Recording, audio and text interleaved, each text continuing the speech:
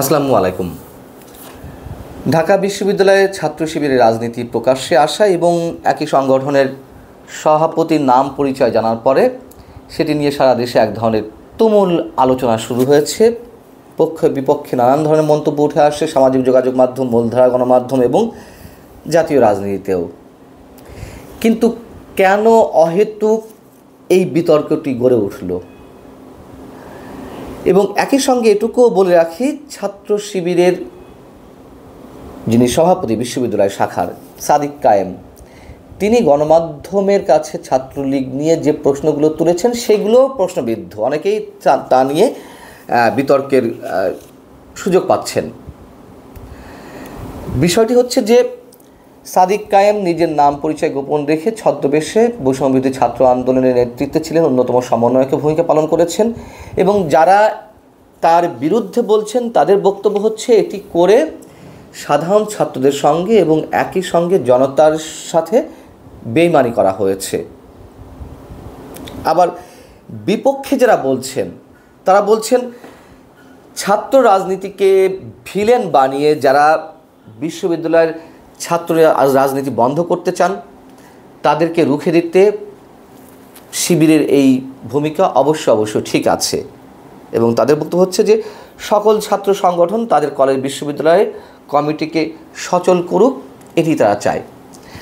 এখন বিপক্ষে যারা বলছেন তাদের পক্ষে কী যুক্তি থাকতে পারে আমরা ঠিক খুঁজে পাচ্ছি না।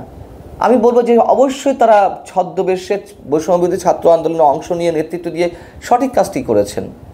তার কারণ আওয়ামী লীগ তো চাইছিলই যে এই আন্দোলনটিকে যদি বিএনপি জামাতের আন্দোলন হিসেবে চালিয়ে দেওয়া যায় তাহলে সেটিকে প্রতিরোধ করা তাদের জন্য সহজ হবে। বিএনপি জামাতের ইন্ধনে এই আন্দোলন হতে পারে বা তারা পিছন থেকে সাহায্য করছে, এটি ঘটতেই পারে। আমরা তখন এই মন্তব্যগুলো করেছি, এটি অস্বাভাবিক কিছু নয়। আওয়ামী লীগ যদি তখন বিরোধী দলে থাকতো, আওয়ামী লীগ কি এ ধরনের কোনো আন্দোলনকে পুঁজি হিসেবে গ্রহণ করতো না? অবশ্যই করতো। কিন্তু তারপরও সাধারণ মানুষের কাছে এটি বিরোধী দলের এক ধরনের ষড়যন্ত্র এটা বলে তাদের উপর স্টিম রোলার চালানোর একটা জায়েজ কিছু করার চেষ্টা করছিল, জায়েজ করার। এবং আমরা তো পরবর্তী দেখলাম যে জামাতের রাজনীতি নিষিদ্ধ করা হলো শুধুমাত্র এই কারণে, 5 আগস্ট শেখ হাসিনা পালিয়ে যাওয়ার 2 দিন আগে জামাত শিবিরকে নিষিদ্ধ করা হলো যাতে আন্দোলনের উপরে আরও বেশি মাত্রায় ভয়ঙ্কর আকারে স্টিম রোলার চালানো হয়। তাহলে তাদের এই অবস্থান তো ঠিক ছিল।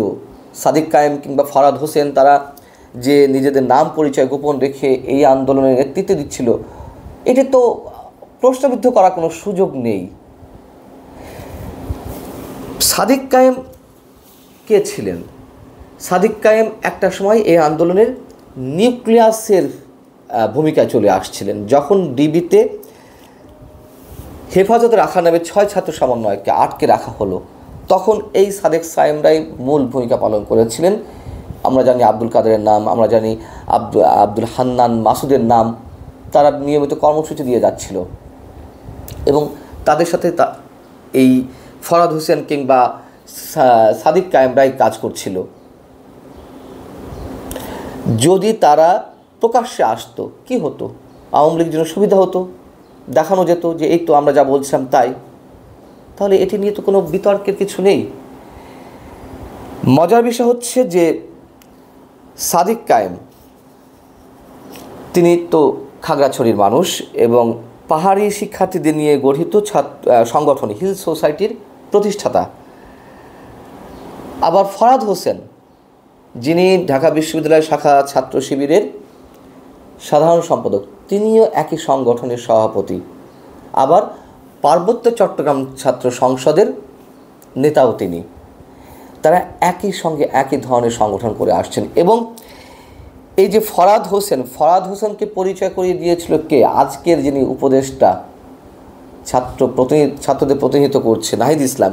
এই নাহিদ ইসলামই আব্দুল কাদেরের সঙ্গে পরিচয় করিয়ে দিয়েছিল এদেরকে, যেটি গণমাধ্যমে উঠে এসেছে প্রকাশ্যে।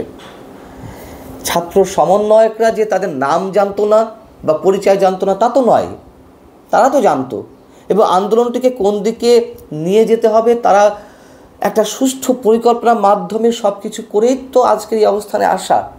অতএব এখানে বিতর্কের কিছু থাকতে পারে না। এবার সাদিক কায়েম গণমাধ্যমকে ছাত্রলীগের রাজনীতি প্রসঙ্গে যেটি বলেছে, তিনি বলছেন ছাত্র রাজনীতি নিষিদ্ধ করা কোনো প্রাজ্ঞ সিদ্ধান্ত নয়। তারা সব ছাত্র সংগঠনকে নিয়ে সংলাপের আয়োজন করতে বলেছেন বিশ্ববিদ্যালয় প্রশাসনকে, যেখানে ফ্যাসিবাদের দোসর ছাড়া সব ছাত্র সংগঠন থাকবে, সবার মত প্রকাশের স্বাধীনতা থাকবে, কারো ওপর কোনো কিছু চাপিয়ে দেওয়া হবে না, সেটাই হচ্ছে নাকি তাদের চাওয়া। বেশ ভালো কথা। কিন্তু তিনি আরও বলছেন ছাত্রলীগ ও আওয়ামী লীগ নেতৃত্বাধীন 14 দলীয় জোটভুক্ত রাজনৈতিক দলগুলো ছাত্র সংগঠনকে ফ্যাসিবাদের দোষর হিসেবে দেখতে চায়। যেই বিভাজনের রাজনীতি থেকে আওয়ামী লীগ পুরো দেশটাকে খাদের কিনারে নিয়ে গেছে, সেখানে এসে আবারও বিভাজন তৈরি, সেটা নিশ্চয়ই আমরা সমর্থন করতে পারি না। কেউ হয়তো বলবেন যে তারা 14 বছরে যে ফ্যাসিবাদের জন্ম দিয়েছে, যে স্টিম রোলার চালিয়েছে বিরোধী মতাবলম্বী কিন্তু বিরোধী রাজনৈতিক শক্তির উপরে, এবং দেশটাকে অর্থনৈতিকভাবে রাজনৈতিকভাবে পুরো শেষ করে দিয়েছে, তাদের রাজনীতি চলবে কেন? খুব স্বাভাবিক কথা। এবং যারা বলছি আমরা যে এটি দ্বিতীয় স্বাধীনতা, সেই স্বাধীনতার মধ্য দিয়ে তারা যদি যুদ্ধাপরাধের ভূমিকা পালন করে থাকে, আমি আওয়ামী লীগ ছাত্রলীগের রাজনীতির কথা বলছি, তাদের রাজনীতি যদি বন্ধ হয় তাহলে তো প্রসঙ্গক্রমে যৌক্তিকতা খাতিরে আসবে যে 71-এ যারা আমাদের দেশের বিরোধিতা করেছিল তাদের রাজনীতি কেন চলবে? এই প্রশ্নগুলো আর তুলে লাভ কি? আমার এই কথাগুলো অনেকে খারাপ লাগতে পারে। আওয়ামী লীগ তো জামাতের রাজনীতি নিষিদ্ধ করতে চেয়েছিল, কিন্তু তাদের স্বার্থেই তাদের রাজনীতি একেবারে ফর্মালি নিষিদ্ধ করেনি, কিন্তু তাদেরকে মাঠে নামতে দেয়নি 16 বছর। তাহলে এখন আওয়ামী লীগ ছাত্রলীগের রাজনীতির জন্য সেটি করা হবে? সেটি কি আমাদের জন্য কোনো শুভবার্তা বয়ে নিয়ে আসবে? এবং তাদের রাজনীতি জামাত শিবিরের রাজনীতি বন্ধ করতে চেয়েও কি তাদের সব কিছু সমূলে নির্মূল করা গেছে? নিশ্চয়ই না, বরং তারা আরও সংগঠিত হয়েছে, শক্তিশালী হয়েছে। যেখানে 2009 সালে তাদের মজলিসের শুরার সদস্য ছিল মাত্র 15,000-এর মতন, সেখানে 14-15 বছর পর এসে তাদের মজলিসের শুরার সদস্য সংখ্যা 73,000। আজকে আওয়ামী লীগ ছাত্রলীগের রাজনীতি বন্ধ করে তাদেরকে কি একেবারে নির্মূল করা যাবে? এবং এ কথা কি আমরা অস্বীকার করব? হ্যাঁ, তারা একটু ভঙ্গুর অবস্থায় রয়েছে, কিন্তু আওয়ামী লীগ তো এখনও পর্যন্ত অন্যতম বৃহত্তর রাজনৈতিক দল। কেউ অস্বীকার করবেন? তর্কের খাতিরে বলতেই পারেন। আবার তো এক নতুন সুর শুরু হয়েছে। গত 16 বছরে যখন আওয়ামী লীগের সমালোচনা কেউ করেছেন, তাদেরকে সরাসরি সবাইকে রাজাকার বানিয়ে ফেলা হয়েছে। এখন আবার দেশ পুনর্গঠনের জন্য আমাদের মতো মানুষরা যখন সার্বিক দিক বিবেচনা করে রিয়েল জিনিসটা তুলে ধরার চেষ্টা করছি, তখন তাদেরকে আবার বলা হচ্ছে স্বৈরাচারের দোসর। একদিকে রাজাকার গড়ে বানিয়ে ফেলা হয়েছে, আর একদিকে এখন এসে সবাইকে স্বৈরাচারের দোসর বানিয়ে ফেলা হচ্ছে। এগুলোর কোনোটি আমাদের জন্য খুব ভালো কিছু বয়ে নিয়ে আসবে না। খুব স্বাভাবিক, খুবই সাধারণ বিষয়। এই যে বিভাজনের রেখা স্পষ্ট করে রাখা, কখনো আওয়ামী লীগ করছে, কখনো আবার আওয়ামী লীগের বিরুদ্ধে যারা তারা করছে, এই খেলা চলতেই থাকবে।